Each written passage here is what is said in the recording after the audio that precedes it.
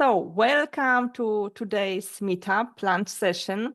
And today we will discuss and have some follow-up questions to our panelists. And we will discuss the research on hybrid ways of working conducted by Dr. Tatiana Andreeva from Maynooth University, partnership with Dr. Jordi Trullen from ESADE Business School in Barcelona.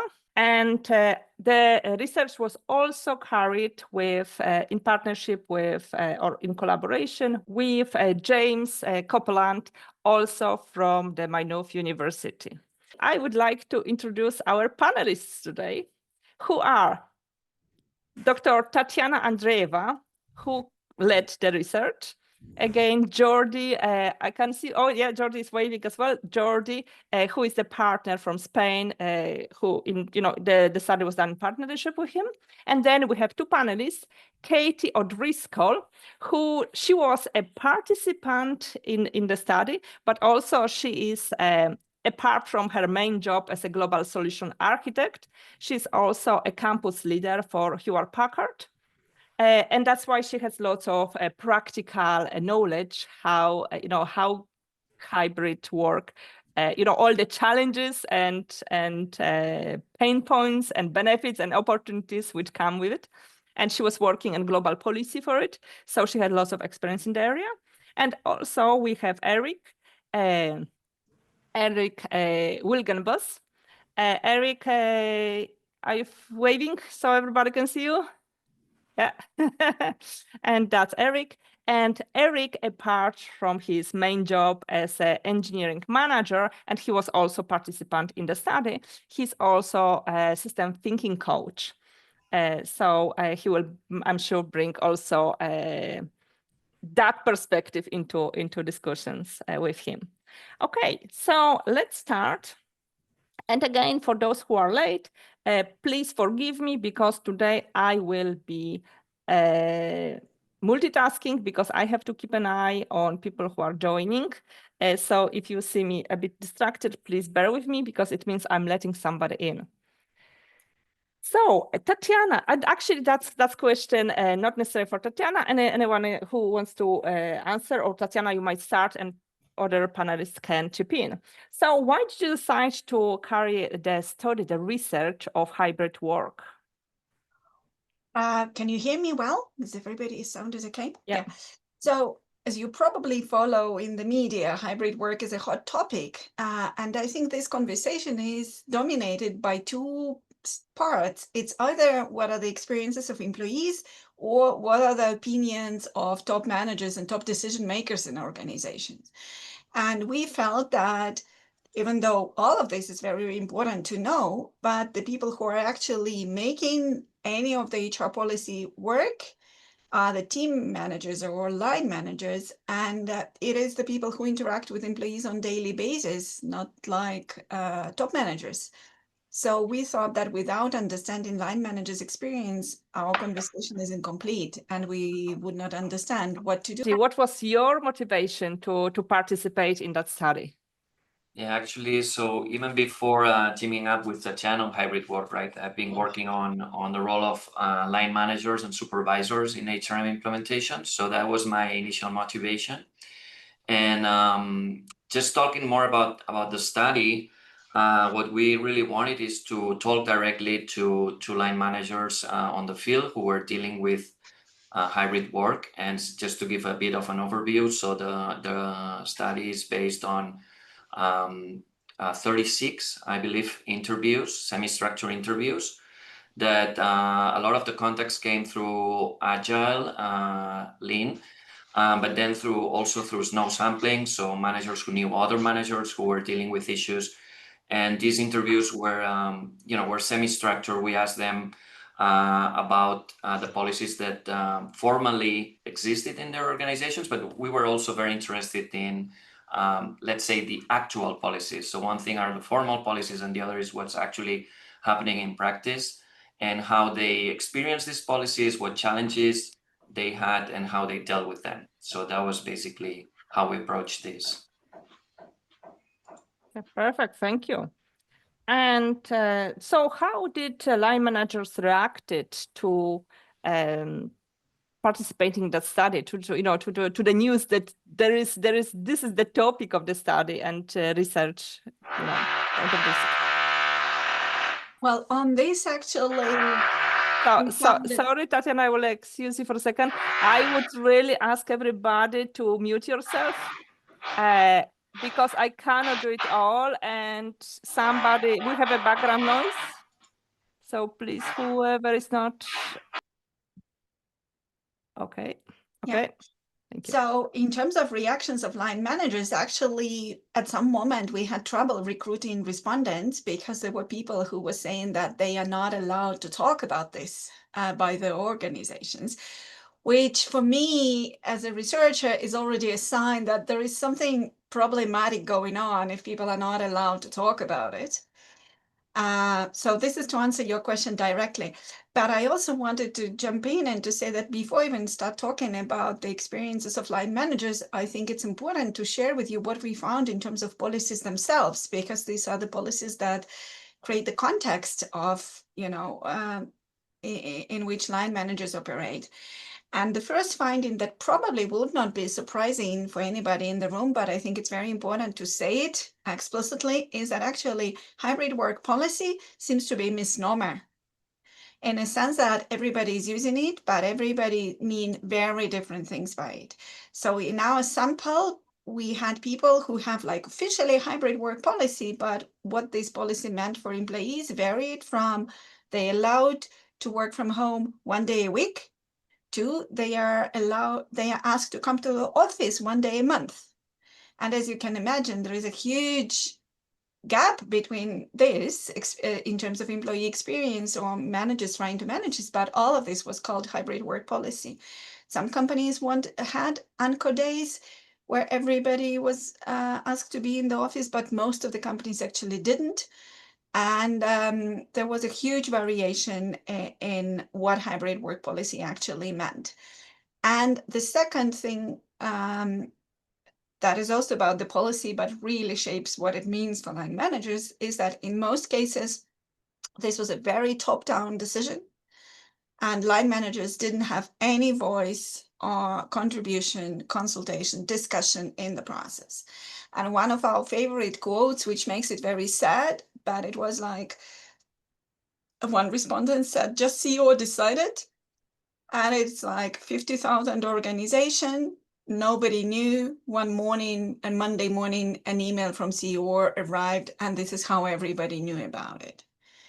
And this is actually quite exemplary of what we found in terms of policies. And Jordi will tell you a little bit more how line managers played a role in it, if any.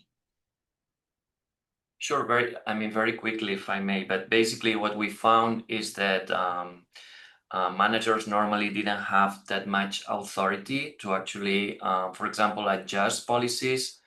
So in the past, maybe policies, before even COVID, managers tended to be more like gatekeepers.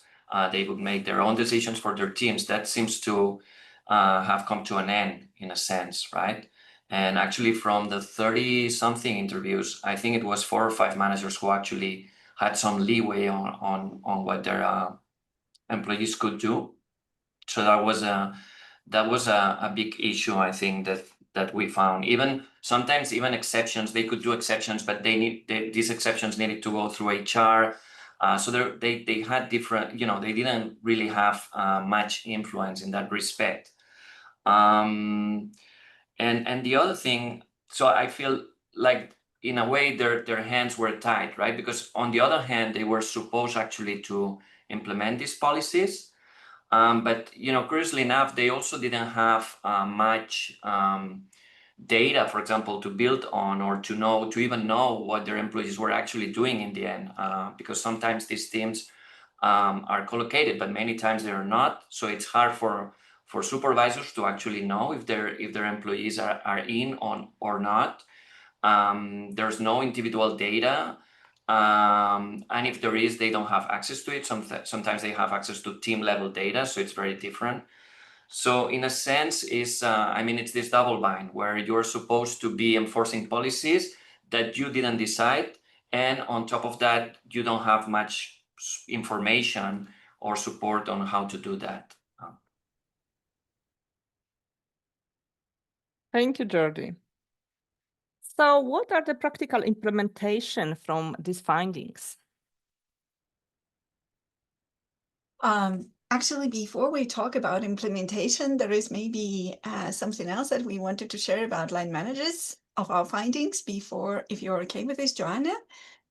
And again, this finding may not be of a surprise to many in the room, but I think it's important to articulate it, is that one of the struggles many line managers had is that the reasons for the current policy, many of these policies included more in the office compared to previous years. The reasons were not really convincing.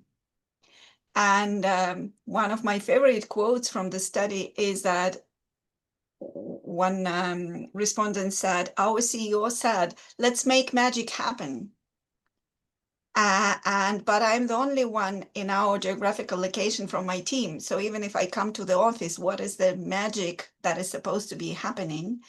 This is illustrative of the struggles line managers had, because if they are to persuade the employees to follow their policies, they want to have a good grounding and a good rationale to explain why what organization requires needs to be done.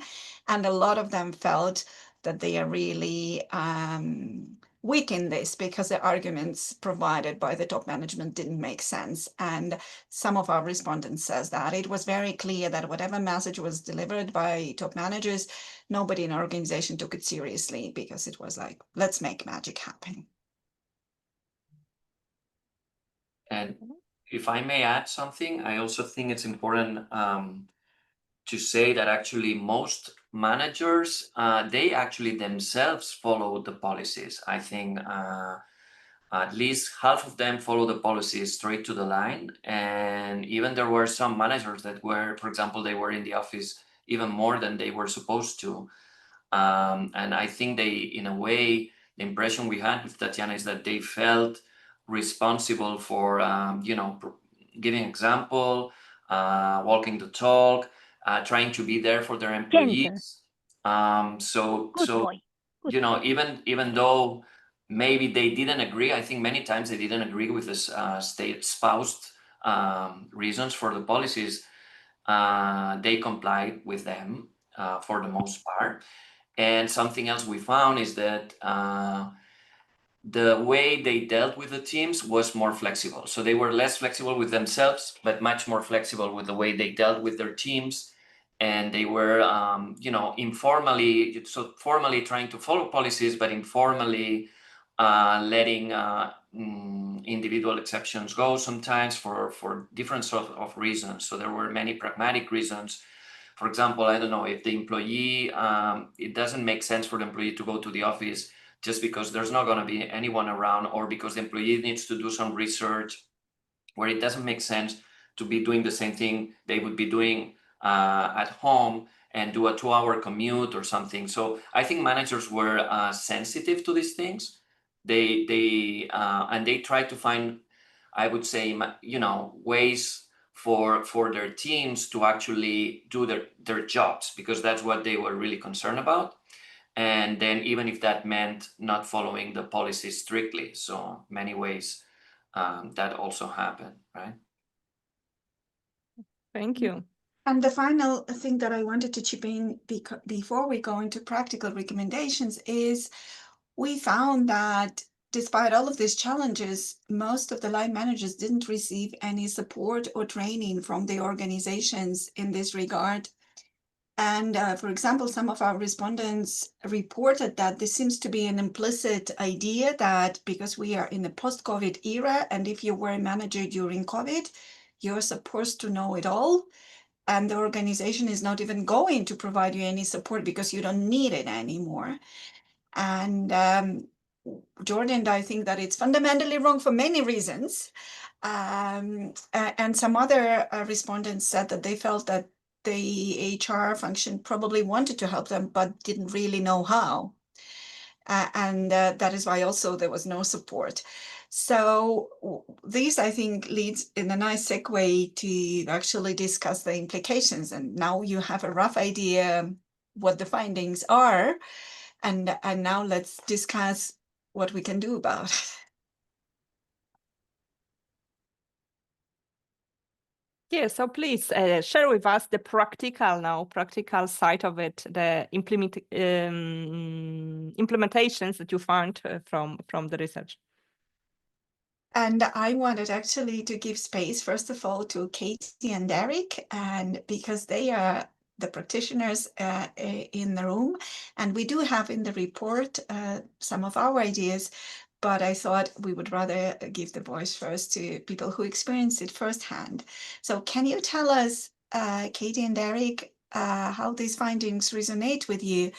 And if there is 1, 2 simple practical tactics that you think help from your experience? You there? Yeah, sure. I can go, Derek, if you want me to. So thank you very much for being here today as well. Super interesting. I think, Tatiana, what you were talking there about is about getting very clear on why we are deploying a specific policy is hugely helpful for me as a line manager if I am to figure out what type of activities and behaviors I can motivate in my teams that delivers against those intentions. And I think it's very important to understand what is it that I think any policy or strategic intention needs to come with either a clear opportunity or a clear diagnosis as to what the problem is that we hope this is trying to solve. And when I understand that as a manager, I then have the information I need to be able to implement that tactically in the narrow area that I operate in. And I think that's one of the things that isn't really being addressed in terms of hybrid working is what's really the problem we are trying to solve. A lot of companies are talking about what's the we want to protect our culture. But then when you kind of challenge that and ask yourself, okay, but what is it about our culture that is conditioned on us being in the office together? That doesn't really seem we never really seem to get to that clarity. Or very similarly, I hear lots of companies talk about, oh, our performance isn't as it used to be before COVID, but then you start challenging on what is the performance aspects here that is not being met. And I don't think that always surfaces in the media. And coming back to like the practicalities here as well, I think it's all about community and connection. As I've been working with my team, I've been trying to be very intentional about how to create those opportunities. But I think the tension there for me as a manager is community and connection demands spaciousness. And as we try and artificially create these opportunities in a hybrid world, it seems like our tendency is to try and drown out the spaciousness of just having coffee cooler conversation, just getting a group of people together with agendas and things to do and workshops and less learning materials. So I think it's just about creating those meaningfully spacious moments for team to come together. And there's a lot of practical aspects here. For example, just having a social budget for your team is super, super important.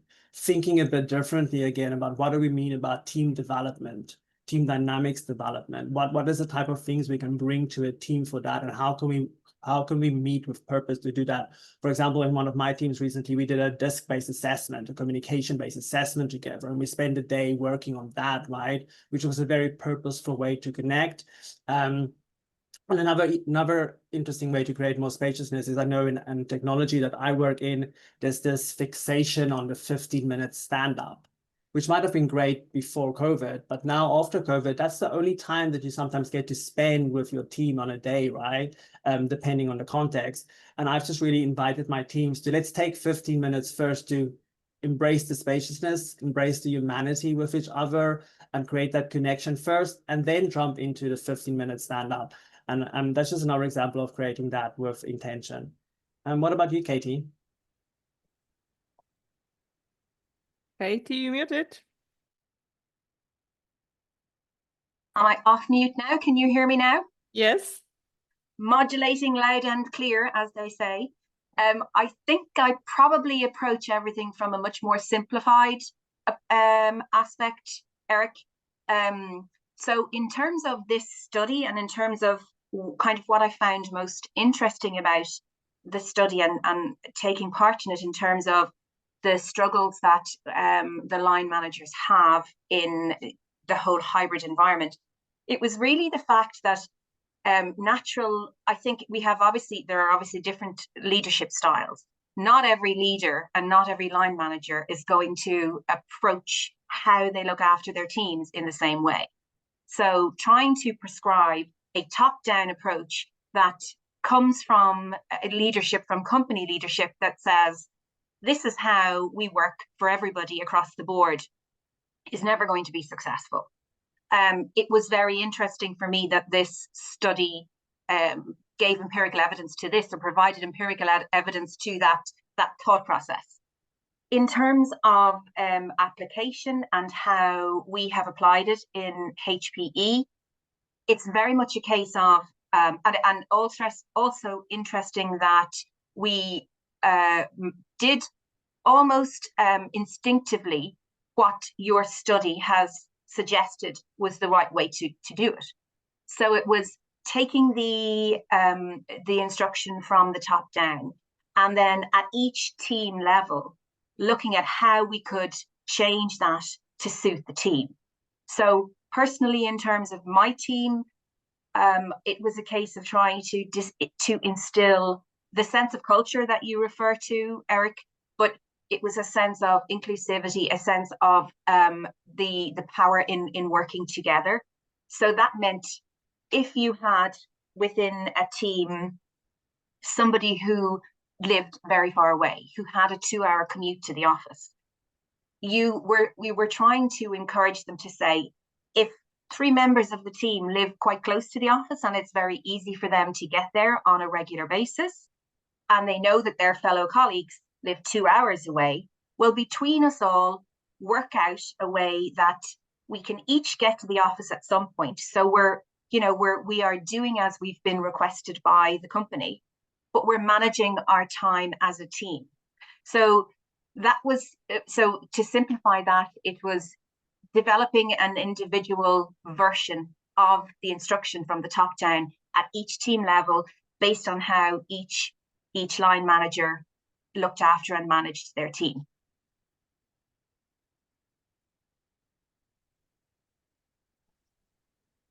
Thank you very much, Katie. And I wanted to add a few more ideas in terms of practical implications that we heard from our participants. One is, and Eric gave an excellent example on this, I just want to paraphrase because we heard it from many line managers, is that you start thinking about time and the time you spend with the teams differently. And sometimes when we were in the office, some respondents said that when we were in the office, kind of efficiency was a priority. And now if we are remote or hybrid, we also need to prioritize relationship building and to consciously dedicate space for this, because in office it happened naturally, even if you didn't do anything about it. And in the remote space, you need to consciously manage this. This is one of the ideas that I wanted to mention. And another one, this is more an anecdote to share with you, but again, to illustrate what Eric and Katie was saying. Yes, the performance is often used as a narrative to explain why people need to get back to the office. And one of the stories we heard in our study is that it was a company where indeed the sales performance dropped and the top managers said that we need to people to bring them back to the office. But actually it's an online furniture retail company, and whose sales went through the roof during COVID because nobody could go and buy online. And the sales did drop after COVID because when you buy your own sofa, you usually want to sit on it rather than order it online.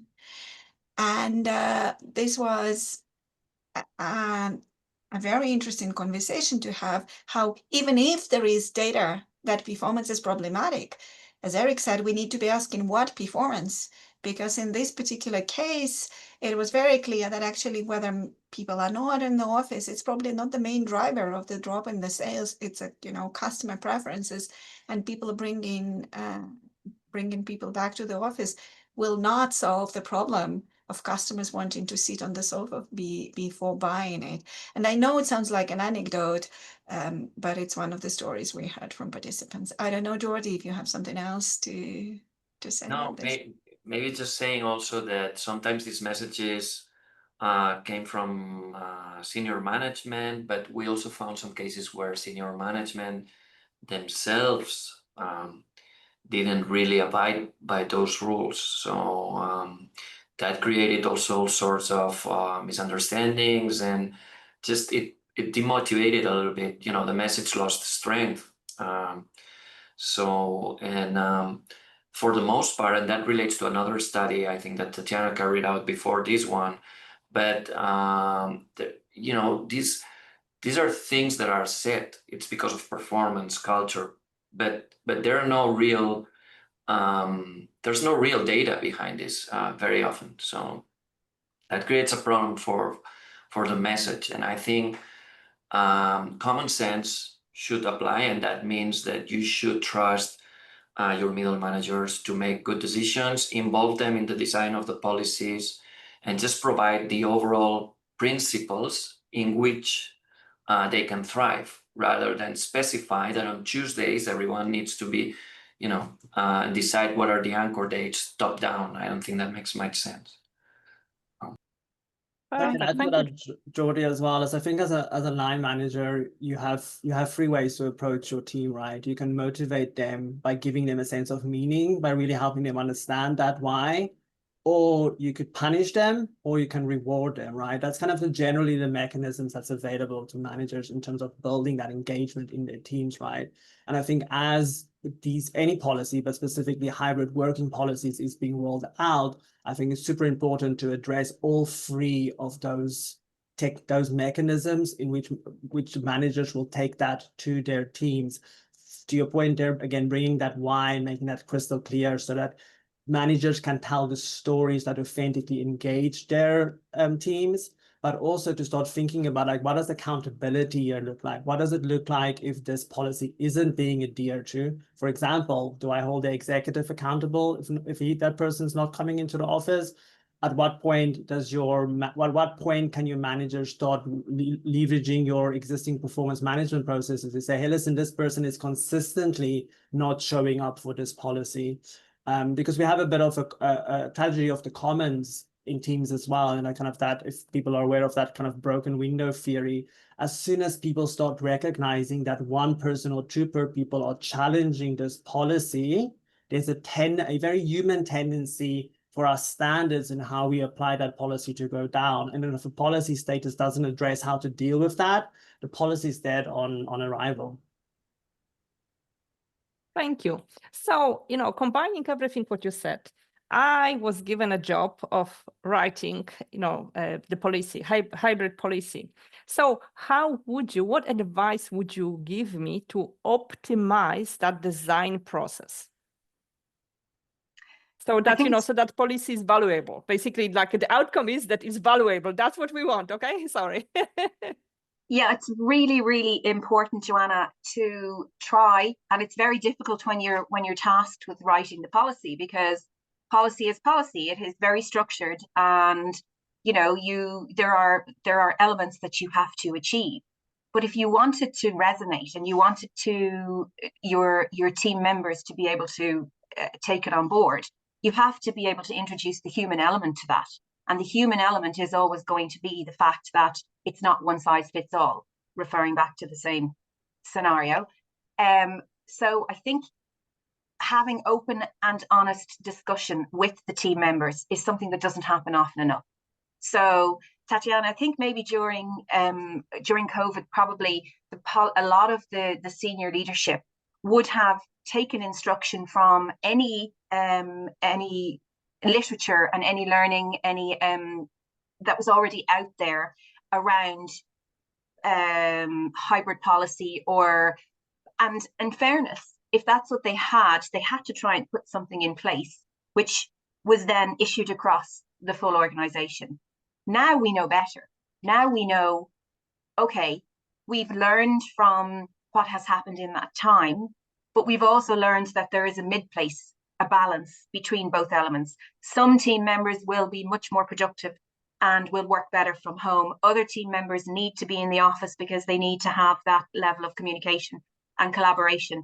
So there is a role for both elements. And I think in terms of policy design, Joanna, you need to just make sure that you bring the team members into the conversation, and that you, before you have a blanket policy that's distributed across the board, that you have gotten the opinions and the direct results of your team members. Okay, perfect, thank you. It seems like a little bit like common sense, isn't it? Absolutely. Common sense goes out the window, I think, a little bit sometimes. I love Katie's emphasis there on the individual, because I think she's absolutely right in saying that we're talking about people and everybody's needs are different, right?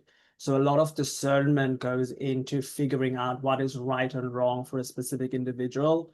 But that discernment is ultimately grounded in our culture as an organization and what we believe is behaviors that we are willing to accept and what is behaviors that we are not willing to accept.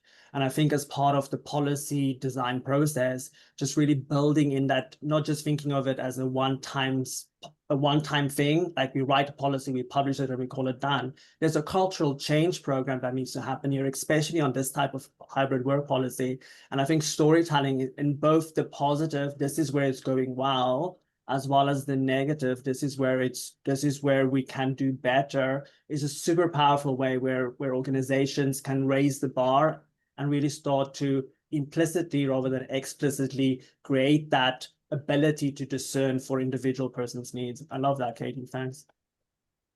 Thank you. And I wanted to go back to your question, Joanna. So what if you are tasked to write the policy tomorrow? Kind of what is the main takeaways from our study?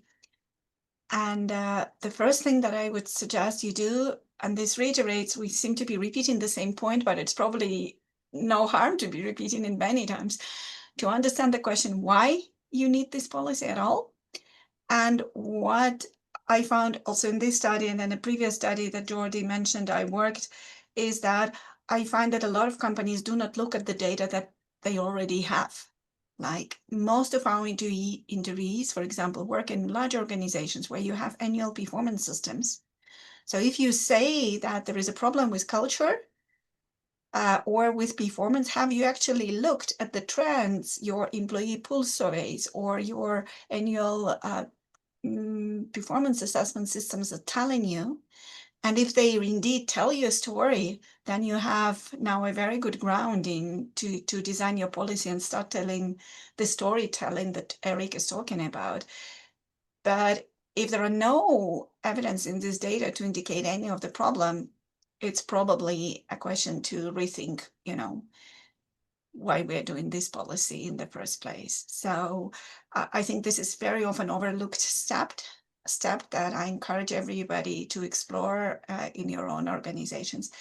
And in terms of the policies itself, one of the very simple practical things that comes out of our study is that unfortunately we see that most of organizations do not specify or do not recommend anchor days.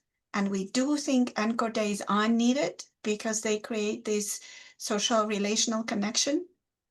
But we do think that they need to be recommended, but then decided on a team level. So as Katie was saying, to say that everybody comes on Tuesday is probably will not work. Not probably, it most likely will not work for the company. But if you say, we recommend there is at least, let's say once a week or once in 2 weeks, whatever makes sense, day when you all meet, and then let every team to negotiate within the team. What is it that makes sense best for their specific type of job that they are doing? We think this is a very productive way to approach anchor days. I don't know, Jordi, if you have any further ideas to add. No, yeah, very quickly. I think also it's very important that you don't take for granted that people actually know how to work with hybrid work, and so that you provide a lot of support and training. I think just because we went through COVID, that doesn't mean we're all great managers in managing remotely. So I think just to add something else, right? So I think this is commonly a big mistake. And so they're going to be, you cannot just trust that managers are, for example, they're going to be aware of proximity bias. So some might be, but many are not going to be. So you need, as an organization, it's your responsibility to support your managers and to put resources into making hybrid work, right? So in that sense, just to add something else. Yeah. Thank you. And let's stop for a second, because Olga, I saw you were very patient. You had your hand up for a very long time, and now you drop it. Would you still like to ask a question? You are muted. I will unmute you. Yeah, hi everyone. Yeah, really lovely discussion. Thank you for your invitation. I'm also a practitioner from background. I work for large international organization in Vienna. So now I'm a lecturer in human resources management at the Open University. I actually wanted to echo Katie. You did a really excellent sort of work about blanket policy. And this is what I, from our research, also came through, that the hybrid work policy, it adds more complexity than, for example, flexible work policy. And this is most probably what also this research, excellent research, by the way. And this is what my question is that, given that the complexity of the workforce, so it's not about academics, it's also not about project managers, the admin staff. It's sort of the by profession. It's about the different inequalities, what is involved. It's about disabled people. It's about people with caring responsibilities. So hybrid work is most probably not only about profession anymore. And this is what would be most probably difficult in the future. So because Tatiana, you asked about future. In order to design good hybrid work policy, requires HR professional not to be only sort of knowing who is the number of staff and who is the staff, but who are they? And I'm just wondering if would be really a good sort of methodology for designing and also reshaping this kind of, like you said, also agility. So it's not only producing a policy and full stop, but it's about this kind of continuous improvement, what we know from this kind of quality circles. But I just fear that this new cycle of hybrid policies, HR policies, enter into a new era where it's not about just written policies. It's about constantly revised policies, which is a bit scary, which requires a lot of effort, requires a lot of knowledge, and also resources. So my question is, do HR function or HR people basically have this resource for constantly revising, not only for people who to invite into the workspace, but it's really considered different target group, I would say. Thank you very much, Olga. I have so many reactions, very thoughtful questions, and I guess Jordi has ideas on this too. But just to offer a few, one is, this is what we definitely see in this project and in some other projects we've been working on, that organizations all seem to praise hybrid work for the opportunity to attract more diverse talent pool now, because there are people who, for different reasons, need this flexibility. Otherwise, they even would not consider joining you. So it's good in attracting this talent. But I don't think companies are really doing good job to actually making this talent, once they arrive, to feel welcome and to feel included. And this seems to be kind of going under the carpet, under the assumption that it all will work, and it won't. So from this perspective, hybrid remote is a double-edged sword. Yes, it has a lot of benefits, but if you don't manage it, it's going to backfire. And the second reaction I have, but I'm also very curious what George is going to say about this. The way you framed it, it sounds like a very daunting and depressing task for HR leaders or HR professionals. Is like, how is it I going to manage this? Because all the time it needs to be revised. But I wonder if all responsibility should be on their shoulders. If there was more responsibility and leeway given to line managers, which we found in our study is not given to them, would not they be able to make better sense, because they know their teams much better than anybody in HR. In a large organization, you cannot know everyone, but a team leader knows their team. I don't know, Jordi, what are your thoughts on this? No, my thoughts are that, I mean, it's based on short sample, right? But I think, as I said, sometimes these policies are decided not even by HR, they're decided by senior management. Sometimes it's not very clear why. Maybe it's just the preference of the CEO. It's and I felt like in some cases, unfortunately, HR sort of sided with senior management in being an enforcer of the policies. And then if if any change, if the line manager is asking for a special exception, it needs to go through HR. And then HR, in their almighty, will decide what to do, right? And I feel like we are moving in many organizations away from HR role, which is not only to increase performance, but also to think about well-being of employees. I think that's and that's a more general debate, right? So I agree with Tatiana that managers have a lot of responsibility on that if they're given the proper tools and autonomy, with the support of HR, and I wouldn't say business partner, I would just say HR partners, right? HR partners that can help, because there are many issues with diversity and inclusion for sure in hybrid work that need to be taken into consideration. Thank you very much. And you know what? I would love to actually follow up on this, what you just started, the comment that you just made, Jordi. But let's get back for a second and I'm trying to keep the flow, but I would also be very curious that Alice, you made some comment on the chat. Would you like to expand on it and share it?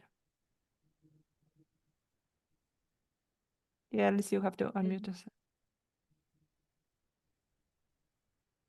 Alice, you're muted. Oh, thanks. Okay.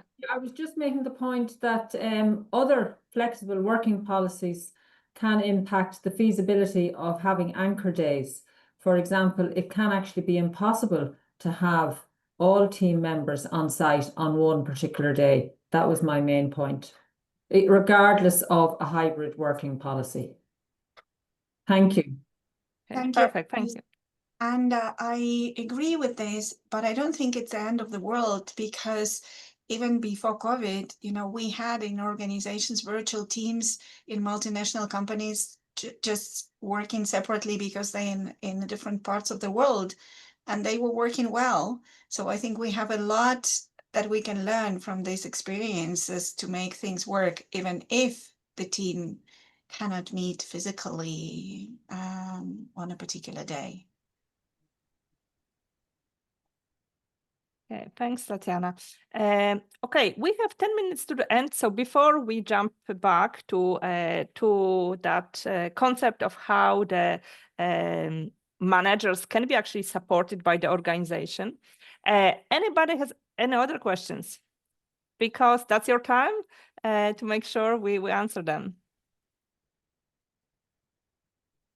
Okay, so let's go back. I don't know which one of you would like to answer this question, but exploring more, so how that manager can feel supported and feel they there is a meaning behind the policy, so they stand behind it, and then they are supported and trained properly. So I will comment on that again just briefly. I think it's just about really making sure the reasons is good, but I think we already discussed that. To move forward, I think that really is apparent to me from this conversation as well, is the amount of complexity that is involved in considering the right approach for a team, right?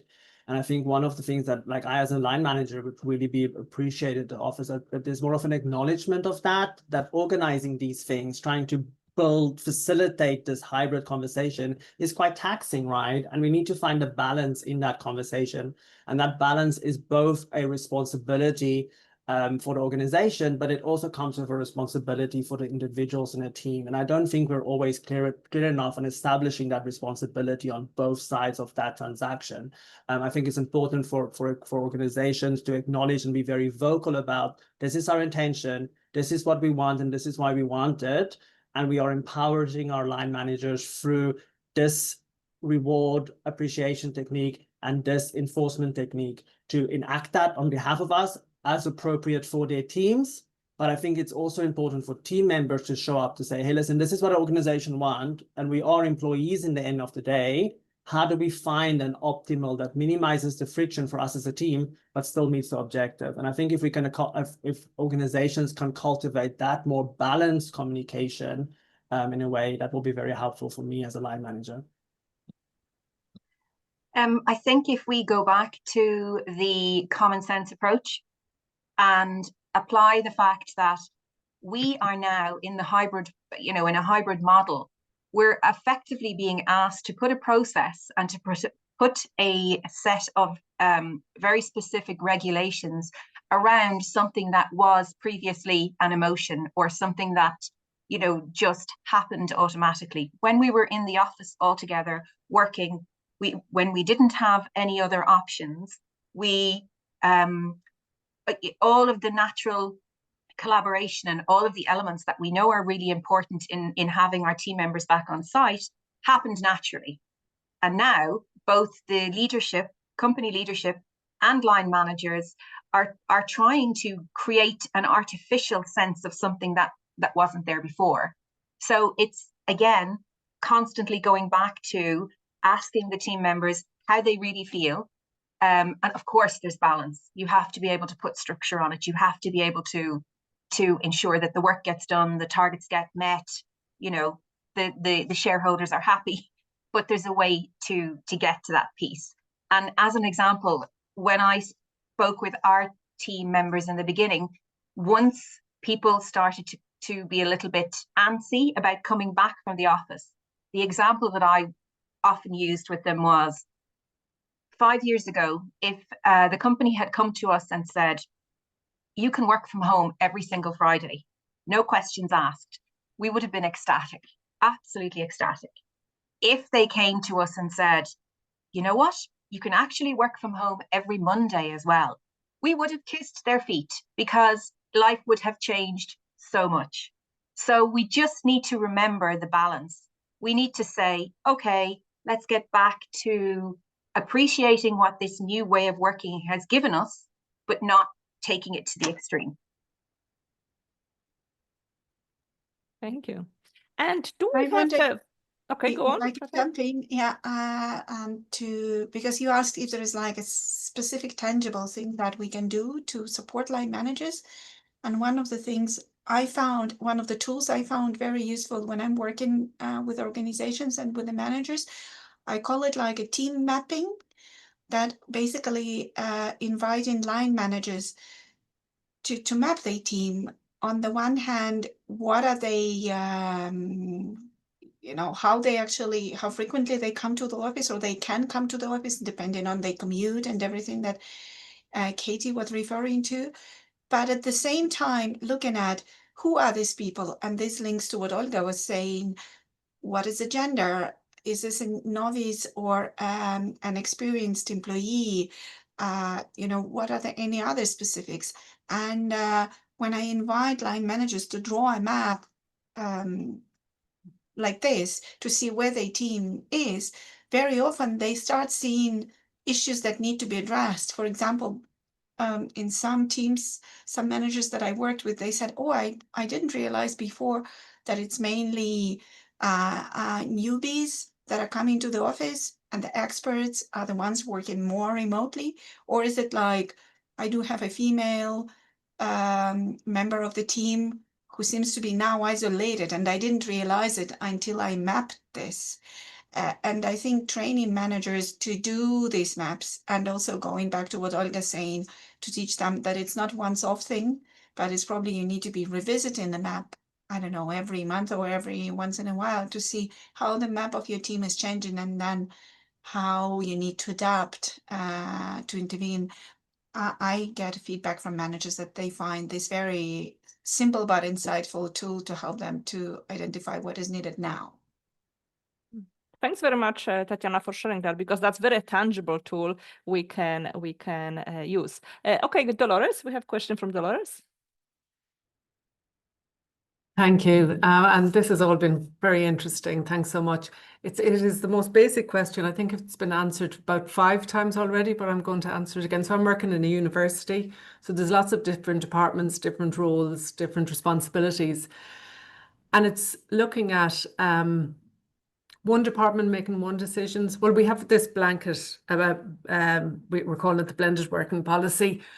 But then if a line manager decides with their team that maybe some of their team members can have 3 days working from home, but then another department is watching them and going, well, they have and we can't. And, you know, it's all of that.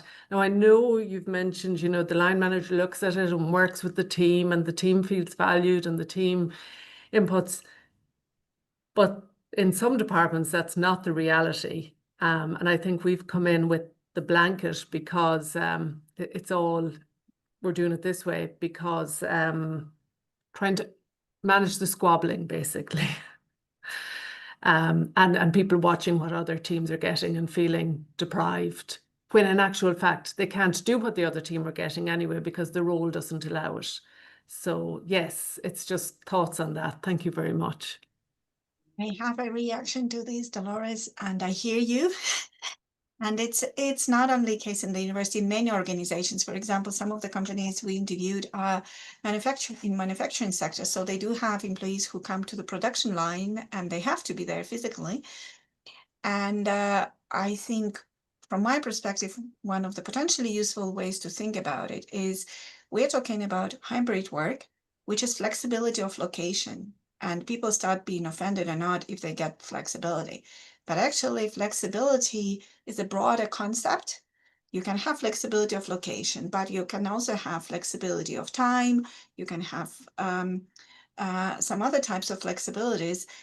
And some job roles may not avail of flexibility of place, of work location, but they still would be eligible for the other types of flexibility. And there is a brilliant work, I'm happy to put it in the chat in a second, by Alan Kosek done about different types of flexibility. And they do actually have an empirical finding where once this was framed, not as like, if you don't have hybrid work, you don't have flexibility at all, but rather there are different types of flexibility. Yes, you can get location flexibility, but you get something else in terms of flexibility, that it totally changed how employees perceived the whole story. I don't know if this is useful. I'm gonna find now the link and put it into the chat. Okay. Or Tatiana, you can send it to us and we can share it via newsletter. I'm sorry, Olga, I see your hand, but the time is up. So I would very much like, to thank you for participation. Olga, if you have comment, you can, if you want to share it in the chat, or I put my personal LinkedIn also in the post, so you can contact me and anybody can reach to me with any follow-up questions. And we can share and we can continue via our newsletter. So I will, we will share the recording and any follow-up questions via newsletter. So please join the newsletter. And thank you very much for participating. The research was definitely very much needed and is revealing lots of interesting aspects, including sometimes lack of common sense, as we've seen. I think the you presented those stories as anecdotes, Tatiana, but actually it's a very sad, life story for some people, being forced to do something where there is no very clear answer to why I have to do it, and it really doesn't seem like it has any sense to me. So thanks very much for conducting that research. The research was done partially with members of our community, so that's why we are presenting the findings here. And thanks very much, everybody, for your time. Super. Thanks so much, folks. Thank you very much, everyone. And obviously, thank you very much to all our panelists as well. Katie, Eric, Jordi, Tatiana, thank you very much for your time.